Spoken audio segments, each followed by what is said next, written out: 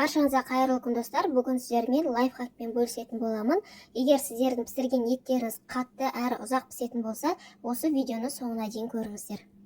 Бұл жерде менде сүрленген жылқының еті, бірақ кез келген свежий ет болсын, мен көрсететін әдіспен жасасаңыздар, еттеріңіз жылдам әрі жұмсақ болып пісетін болады. Бірінші, кез келген етті турамас бұрын еттерде местные волокна дейді. Видеода көріп тұрғандарыңызда еттің құрылымы, яғни ұзын таяқшалардан тұрады.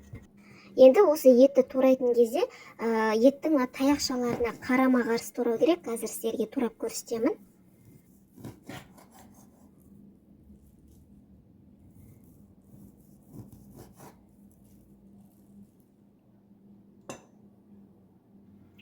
Мінекей еттің таяқшаларына қарама қарсы турадым. Енді қараңыздар, етті осылай екі жағынан тартқан кезде ет өзімен өзі үзіле береді. Яғни осылай туралған ет өте жылдам піседі.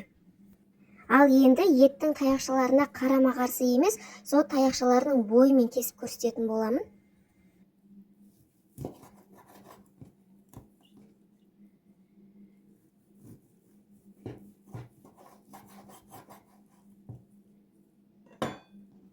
Етті міне таяқшалардың бойымен кестім, ал енді қазір екі жағынан тартатын боламын.